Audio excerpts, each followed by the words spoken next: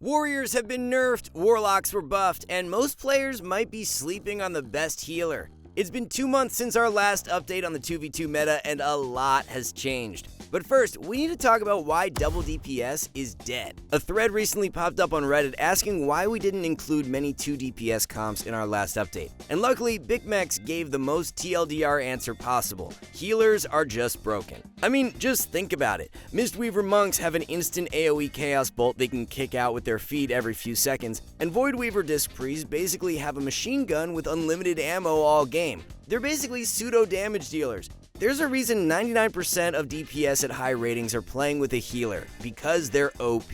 So, how can you stand out? Well, did you know that the highest rated players are doing almost 25% more damage than the average PvPer? That's like getting a Berserker buff in Warsong Gulch. But what's even crazier is that increasing your DPS by at least 10% means you can gain 400 rating on average. As much as these streamers like to brag about crazy mechanics, the fundamentals are what actually matter. For over 10 years, we've helped over 500,000 players turn frustrating losing streaks into consistent wins. Our damage guides are the standard for mastering the perfect rotation on any spec, which is the #1 way to start winning more games, by teaching WoW the right way, from your perspective. For as little as $9 a month, you can get instant access to thousands of videos and the #1 UI PvP, including every setting pre-configured for every class and spec. The best part? We promise to deliver results. If you don't gain at least 400 rating while using our service, you don't pay. So what are you waiting for? Use the discount links below to join the thousands of players in the skill cap community and start climbing today.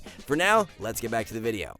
We will start with an overview of the best DPS in the bracket. It shouldn't be any surprise, but Feral is making its return to the S tier. But this time, there's a new meta healer in town, Mistweaver Monk. As you'll find out, monks are going to pop up a lot during this video, since they give any physical damage dealer a whopping 15% extra damage, which is pretty nuts when you think about it. Feral Mistweaver is one of the nastiest 2v2 comps in the game right now, and puts out insane, borderline unhealable damage. And of course, Arms Warriors are still a menace in the 2v2 bracket, pairing extremely well with monks while continuing to have synergy with Holy Paladins and Resto Druids. Even though Execute was recently nerfed, Warriors are still doing an absurd amount of pressure onto any target as long as they have uptime. Windwalker monks are also uptime fiends, which is generally why they play with Holy Paladins, but we've seen a lot of success with double monks so far this season. Even after multiple nerfs so far this patch, Windwalker monks are still one of the best melee in the game, with some of the craziest bursts we've seen in a while. As long as you can have high uptime on targets and maximize damage during setups, you're going to do well. And speaking of having uptime, Beast Mastery Hunters continue to have some of the highest consistent pressure in the game. With the change to dampening this season, it's borderline impossible for some healers to deal with BM damage past the 2-minute mark. At that point, you're dealing with almost 70% healing reduction, which is obviously pretty brutal. Pair a BM Hunter with a Mistweaver Monk, and you got even more pressure thanks to the 15% extra damage. But Beast Mastery isn't the only pet class making it to the high tiers this time around, because Demonology Warlock will be graduating to the S tier for this update. If there's one caster who can handle this brawler melee meta, it's definitely Demo. This spec continues to have a really good matchup spread into many of the melee specs, including Warriors. Demo is also a soft counter to our next high tier, Sub Rogue. While this spec traditionally loves playing with priests, the new Mistweaver variation is pretty nasty. Even though it might seem annoying that both classes have duplicate stuns and incaps, the raw damage you can deal during setups is almost unmatched. Of course, sub-rogues also pair well with priests for the same reason. Speaking of doing big damage during setups, Survival does big damage during setups. Again, it might seem weird to mix a hunter with a Mistweaver monk, but the amount of damage this comp can do during freezing traps is nuts, and having an additional stun to pin down a kill target is an added bonus. As always, we're going to warn you that this spec does continue to have a steep learning curve, but when played well, Survival is one of the best specs for 2v2. Finally, rounding out the high tiers is Demon Hunter. Surprise, surprise, Monk is also your best 2v2 partner, but the classics definitely work too. After their sustained damage buffs earlier this season, Demon Hunter is doing really well, and even though you can have some tricky matchups into some of the other high tiers, you're going to have a fairly good matchup spread across the board. Now though, we need to move down to the A tier to look at some of the remaining heavy hitters. Up first is Fury Warrior. Admittedly, we might be sandbagging this spec a bit since its sustained damage is still absolutely insane. Toss a Mistweaver Monk into the mix and you're guaranteed to move some health bars. With that said, the recent nerf to Slaughterhouse and Execute really hurt Fury Warrior pressure, especially in 2v2, which is entirely based around healing reduction.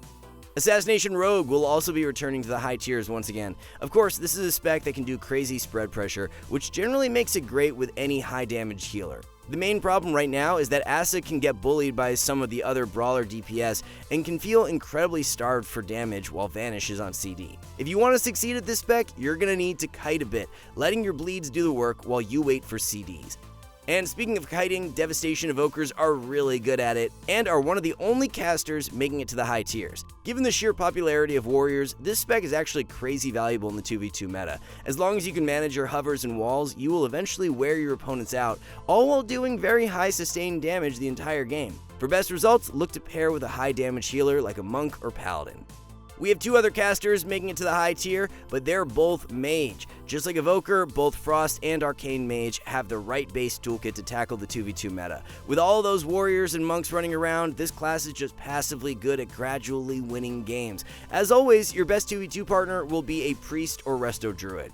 And rounding out the A tier is Marksmanship Hunter, who shares the same comps as Survival and BM. While Marks can pack a deadly punch, its damage is just too easy to shut down for many of the popular melee. Whether it's a simple disarm, intimidating shout, or a stun lock from a rogue, you can't always get value out of your burst windows, which makes it strictly worse than BM and even Survival. As always, look to pair with a priest or resto druid, but a Mistweaver monk will totally work fine for that added offensive pressure. But now we have to move down yet another tier to look at some of the remaining DPS. Up first is Outlaw Rogue. Now this isn't necessarily a bad spec, but the amount of effort needed to win compared to Sub and Assassination is just out of this world. Right now the biggest problem with Outlaw is the fact that it doesn't have enough damage to win games quickly, and as a result, you're going to get out-pressured by some of the brawler melee. You can definitely make this spec work with any big damage healer, but be prepared for longer games no matter what. Speaking of longer games, Red Paladin is kinda doomed to have long games no matter what. Obviously, as one of the few melee without an MS effect, you're already at a passive disadvantage in many matchups, and even though Red Paladins do significantly more damage compared to last season, you'll still want to pair with any offensive healer like a Mistweaver Monk or a Voidweaver Disc Priest. Next, we have both DK specs. This is a class that always has potential in the 2v2 bracket, but really needs the right meta. With the popularity of warriors, feral druids, BM hunters, and windwalker monks, it can be hard to outpressure your opponents. And now that dampening ramps insanely fast in 2v2, most of the DK defensive kit becomes incredibly useless much earlier on. The recent buff to Death Strike might help a little bit, but not in deep dampening. You'll definitely need the offensive support of a Mistweaver Monk or Holy Paladin to try and close out games fast. And if you're a Frost, then even a Preservation Evoker is a good idea for those big AoE setups. Next up, we have a few wizards landing in the mid-tiers, starting with Affliction and Destro Warlock. While Demo has the advantage of being a pet class with a 25% MS and a physical stun, both Affliction and Destro continue to suffer one big issue: Dispels. Despite UA having some built-in Dispel protection, healers are far less punished removing a row of dots in 2v2. And for Destro, whose entire win condition is based on Mortal Coil, a single Dispel or Weak Aura can completely deny a kill. Couple this with the fact that Mistweaver Monks do Chaos Bolt level damage with an instant kick, it's rough to be a Warlock right now.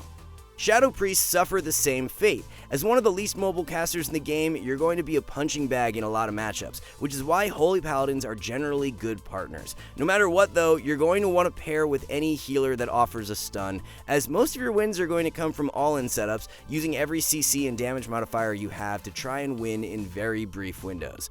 Next up is Balanced Druid. The fundamental problem with Boomkin is that you really don't do that much damage outside of Incarnation, and a single Dispel can actually shut down a vast majority of your damage. Just like Warlocks, Boomkins are just punching bags in the current meta, and as one of the specs that is hardest to heal, it doesn't help that dampening stacks super fast these days. Your best shot is playing with any of the offensive healers. The final healer on the mid-tier is Fire Mage. Despite recent buffs, Fire Mages still seem to lag behind Arcane and Frost. You definitely have more kill power these days, but you'll need long aggressive CC chains to win, which means pairing up with a Priest or Resto Druid.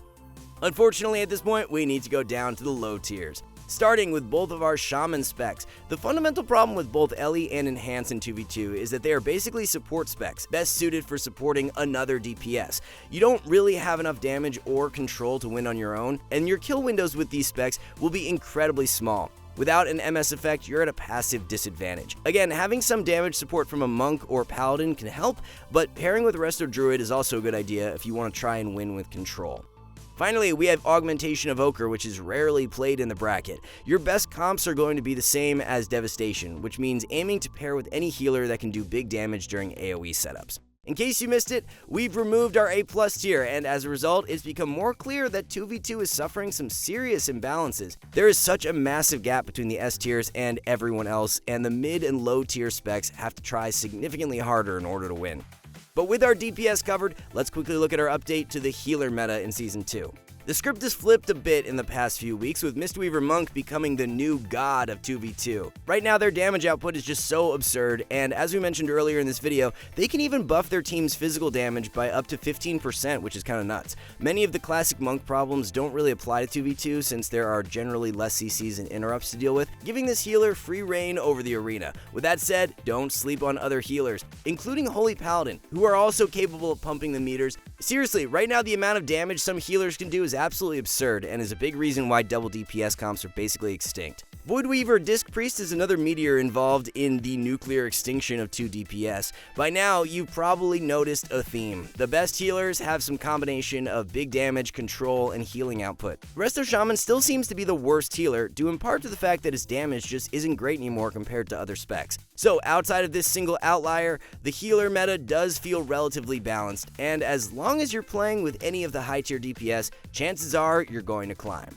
And if you're sick of losing streaks this season, Skillcapped has an exclusive offer for you. We teach damage and healing from the ground up, focusing first on damage goals, and then teaching you how and when to sequence each ability, before giving you the most lethal burst sequences. These are just a small part of an entire course which teaches every spec from the ground up, and if you want to try something new, we've even leveled up our add-on, which now shows Bistillus directly in-game as a part of the #1 PvP UI. And to help you stay ahead this season, you can now import talent strings automatically without needing to tab out. Skillcapped is the only place that promises you will actually reach your potential thanks to our rating gain guarantee. Be sure to click the special link below to get started.